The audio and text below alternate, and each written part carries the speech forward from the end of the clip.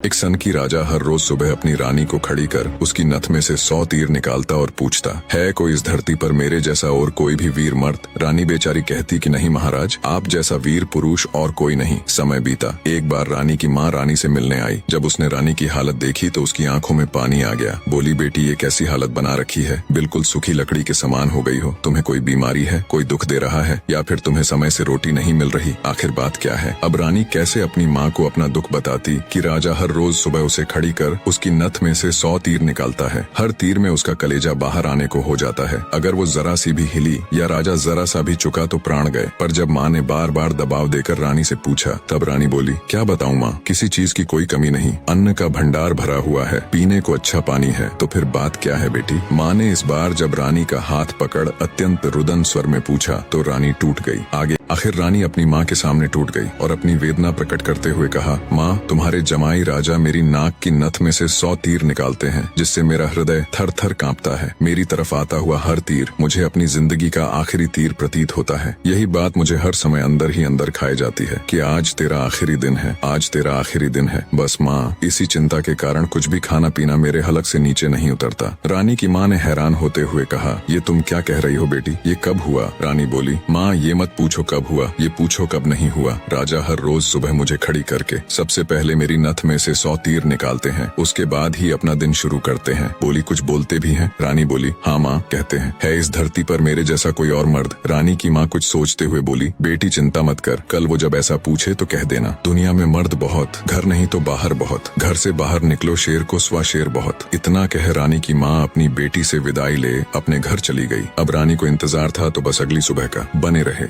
राजा ने सोती हुई रानी को हाथ पकड़कर उठाया और कहा, रानी आ जाओ, समय हो गया। रानी ने सोचा, हे भगवान, बस आज और बच जाऊं, फिर तो जो माँ कहकर गई थी वो बोल दूंगी। और उठकर बाग में जाकर आंख बंद करके अपनी नथ पकड़कर खड़ी हो गई। राजा ने रोज की तरह एक के बाद एक 100 तीर रानी की नथ में से निकाले। तीर निकाल राजा बोला, बोल रानी, है दुनिया में मेरे जैसा कोई और शूरवीर मर्द? रानी हिम्मत जुटा बोली, महाराज, दुनिया में शूरवीर मर्द बहुत, घर नहीं तो बाहर बहुत। आप बाहर निकल के देखो, शेर को सवा शेर बहुत। राजा हैरान होते हुए बोला, ठीक है रानी, अगर यही बात है तो कुछ खाने का सामान दो, मैं जा रहा हूँ बाहर शूरवीर मर्द देखने, मैं भी तो देखूं, है कोई मुझसे ज्यादा शूरवीर मर्द इस दुनिया में। थोड़ा बहुत खाने पीने का सामान ले राजा निकल पड़ा। चलते चलते एक कच्चे रास्ते पर हो लिया। थोड़ी दूर ही चला तो आगे देखा, एक आदमी रास्ते के किनारे पर लेटा ऊपर की तरफ एकटक देख रहा है। राजा को बड़ा कौतूहल हुआ। ऊपर की तरफ देखा तो उसे सिवाय सूर्य की तेज किरणों के कुछ दिखाई नहीं दिया। गया जिज्ञासावश उसके पास और पूछा, क्यों भाई, ऊपर क्या देख रहे हो? बने रहे।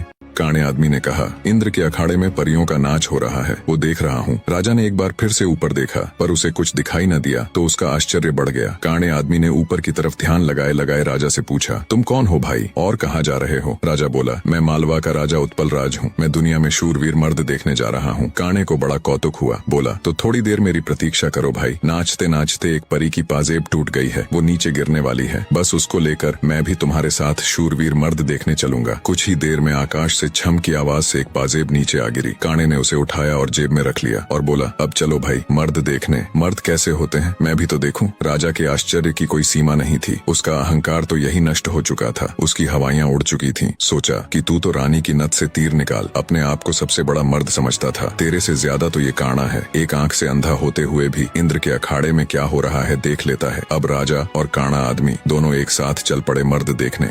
राजा और काणा आदमी अभी कुछ दूर ही चले थे। आगे एक नौजवान व्यक्ति धनुष बाण लिए किसी की प्रतीक्षा में बैठा था। राजा ने उससे भी पूछ लिया, क्यों भाई, कैसे बैठे हो? व्यक्ति बोला, अपने दोस्त का इंतजार कर रहा हूँ। राजा बोला, कहाँ है तुम्हारा दोस्त? व्यक्ति बोला, मैंने 100 कोस पर तीर मारा है, उसे लेने के लिए गया है। इतना सुनना था कि राजा के पैरों नीचे से जमीन खिसक गई। कहानी को बीच में रोक आपकी जानकारी के लिए बता दूं, पुराने समय में दूरी मापने के लिए किलोमीटर या मीटर नहीं बल्कि तब के लोग कोसों के द्वारा ही दूरी को मापते थे। उस समय के एक कोस का मतलब आज के लगभग 3 किलोमीटर है। तो नौजवान व्यक्ति ने राजा और काणे आदमी से पूछा, तुम लोग कहाँ जा रहे हो? काणे ने कहा, मर्द देखने। उत्सुकतावश नौजवान ने कहा, तो भाई हम भी चलेंगे तुम्हारे साथ मर्द देखने, बस थोड़ा इंतजार करो, मेरा दोस्त अभी मेरा तीर लेकर आता ही होगा। राजा बोला, 100 कोस से आज ही थोड़े न आ जाएगा, उसे तो कई दिन लगेंगे। नौजवान ने मुस्कुराते हुए कहा, नहीं मान्यवर, उसे 100 कोस से जाने और आने में सिर्फ 1 घंटा लगता है। थोड़ी ही देर में एक लंगड़ा व्यक्ति नौजवान के द्वारा छोड़ा हुआ तीर हाथ में लेकर आता है। अब राजा को काटो तो खून नहीं रानी की नथ में से तीर निकाल खुद को मर्द सूरमा समझने वाले राजा को अब एक से एक बड़े सूरमा टकरा रहे थे। वो जिस बिल में हाथ डाल रहा था वहीं से सांप फुफकारते हुए निकल रहे थे। एक काना आदमी जो एक आंख ना होते हुए भी इंद्र के अखाड़े में परियों का नाच देख रहा है। एक युवा पराक्रमी नौजवान 100 कोस तक तीर मार रहा है। एक अपाहिज लंगड़ा आदमी 100 कोस की दूरी सिर्फ 1 घंटे में नाप देता है। बोझिल कदमों के साथ राजा अब उन तीनों के साथ आगे चल पड़ता है। चलते चलते वे एक नगर में पहुंचे जहां एक राजा की लड़की का स्वयंवर चल रहा था। स्वयंवर की शर्त थी कि जो व्यक्ति 50 कोस से 2 घंटे में हंसता पान बोल सुपारी ला देगा उसी के साथ रानी का विवाह कर दिया जाएगा। चारों में से लंगड़ा ही इस काबिल था जो कोसों की दूरी मिनटों के हिसाब से तय कर सकता था। अंततः चारों की सलाह पर लंगड़ा व्यक्ति स्वयंवर की शर्त पूरी करने के लिए तैयार हो गया और शर्त अनुसार हंसता पान बोल सुपारी लाने के लिए चल पड़ा। धीरे रानी के स्वयंवर की शर्त अनुसार लंगड़ा व्यक्ति तेजी के साथ उस दिशा में बढ़ने लगा जहां हंसता पान बोल सुपारी का पेड़ था। अपनी दिव्य गति से थोड़े ही समय में वो उस पेड़ के पास जा पहुंचा। उसने सुपारी तोड़ी और अपनी जेब में डाल ली। सोचा अभी तो बहुत समय है, क्यों ना थोड़ी देर सुस्ता लिया जाए। ये सोचकर वो उस पेड़ के नीचे सुस्ताने के लिए लेट गया। ठंडी हवा के झोंकों से जल्दी ही उसकी आंख लग गई। उधर तीनों की समय बीतने के साथ साथ चिंता बढ़ रही थी। 2 घंटे पूरे होने को आए थे, बस थोड़ा समय ही बचा था। नौजवान तीरंदाज ने कहा, इतना समय तो उसे कभी नहीं लगता, जरूर कुछ बात है। काने आदमी ने कहा, रुको मैं देखता हूँ। जब काने ने देखा तो वो पेड़ के नीचे सो रहा था और पेड़ से एक खूंखार जहरीला सांप उसे काटने के लिए उसकी तरफ बढ़ रहा था। जब ये बात उसने साथियों को बताई कि वो तो सो रहा है और एक जहरीला सांप उसकी तरफ बढ़ रहा है, तब तीरंदाज नौजवान ने काने से कहा, तुम मेरे तीर का निशाना सांप के फन पर लगाओ। काने ने कहा, हाँ ये ठीक है, निशाना लगाकर मैं हुंकारा भरूं तब तुम तीर छोड़ देना। बस 2